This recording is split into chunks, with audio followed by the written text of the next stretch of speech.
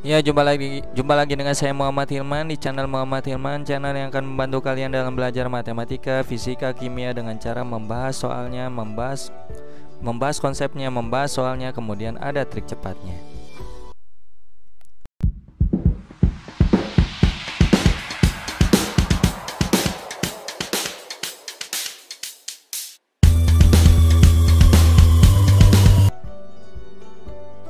Di video kali ini saya coba akan membahas jarak dua garis bersilangan, yaitu jarak CE ke BG ya. CE itu ada di bidang ACGE, kemudian BG ada di bidang BCGF. Nah, bagaimana nih cara menentukan jarak kedua bidang ini? Oke, simak baik-baik pembahasannya. Sebelum saya bahas videonya, silakan kalian subscribe, kemudian aktifkan notifikasi loncengnya sebagai bentuk dukungan kalian terhadap channel ini agar channel ini terus berkembang, terus membahas soal-soal yang berkaitan dengan matematika, fisika, kimia dengan membahasnya menggunakan konsep dasar, kemudian dengan menggunakan trik cepat ya.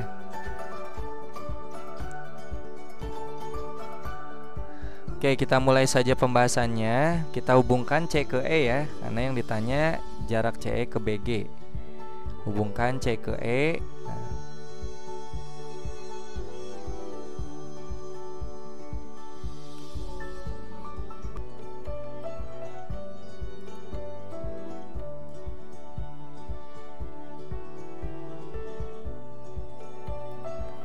Nah, kemudian B ke G. Nah, B ke G.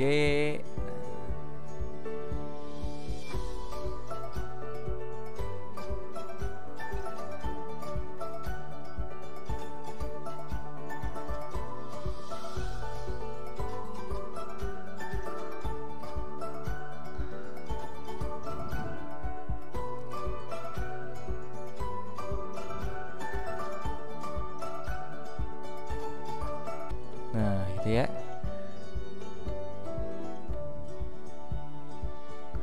Antara CE dengan BG, kalau ingin ditarik suatu garis ya dari CE ke BG, itu pasti garis hubung terpendek ya. Jadi kedua garis ini bersilangan ya. Tentukan garis hubung terpendek di kedua garis ini ya. Ini akan mengalami kesulitan ya kalau kita ingin menentukan jarak kedua titik di kedua garis. Misalkan gini, kita ambil titik M lah ya di EC, kemudian di BG kita ambil titik K misalkan. Nah, M dengan K ini akan jadi berapa? Nah, ini belum tentu garis hubung terpendek ya. Ini belum tentu garis hubung terpendek. Jadi bagaimana dong triknya untuk menentukan jarak kedua titik pada kedua garis sehingga menghasilkan garis hubung terpendek ya. Jadi M dengan K ini belum tentu yang terpendek ya. Jadi gimana nih konsepnya? Nah, ini yang jadi yang jadi pusat perhatian ya. Bagaimana nih sehingga bisa menghasilkan garis hubung terpendek ya. Oke, triknya begini. Buat bidang yang melalui EC atau BG gitu ya, sehingga kalau kita buat bidangnya ini berpotongan bisa saling tegak lurus ya, atau tidak saling tegak lurus, antara itu saja ya. Jadi kita coba buat bidang DCFE ya, bidang DCFE ya. Kita buat bidang DCFE. Nah, DCFE ini melalui EC kan ya. Nah, DCFE. Dan kebetulan DCFE ini tegak lurus dengan FC ya, tegak lurus dengan FC. Nah, coba, nah kira-kira gini. Tuh.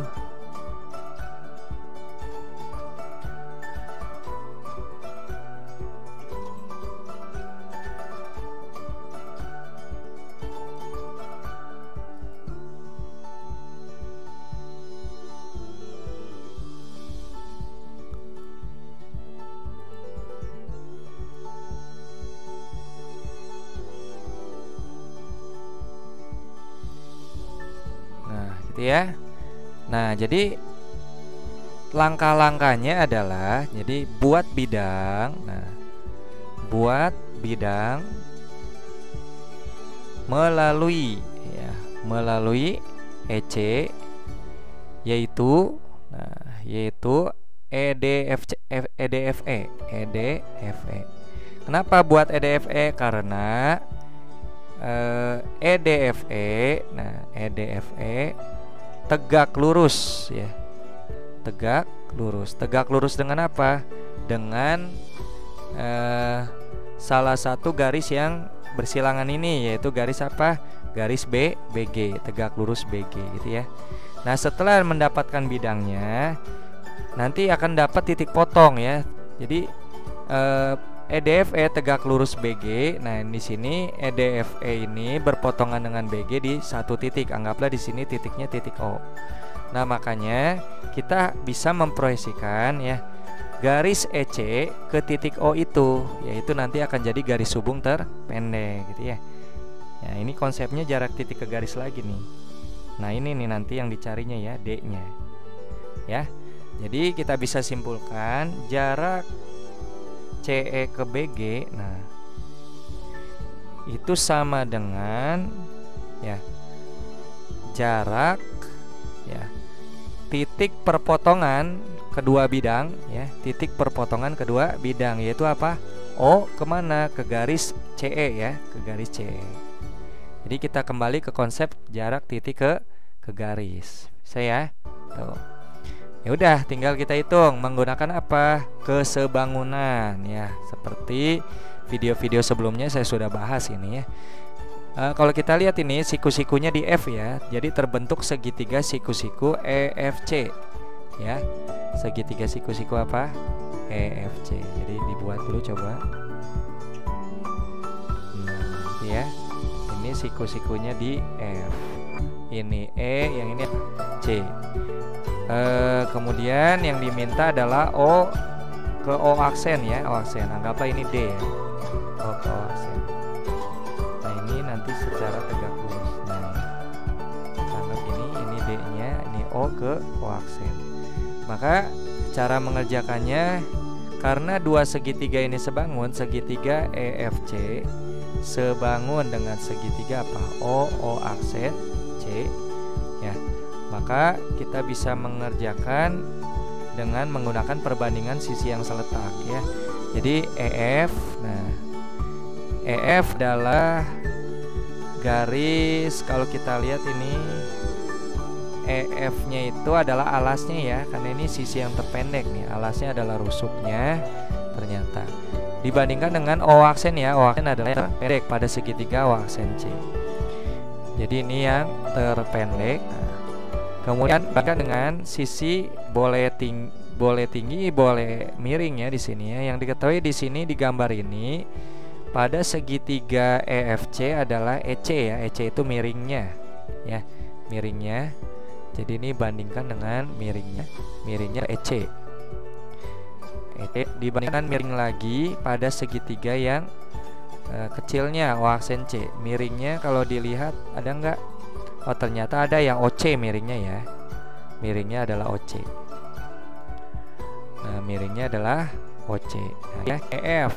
Kita lihat lagi. EF-nya adalah rusuk ya ternyata ya. Rusuknya adalah di sini 6 ya. Nah, 6 cm misalkan. Nah, di sini berarti 6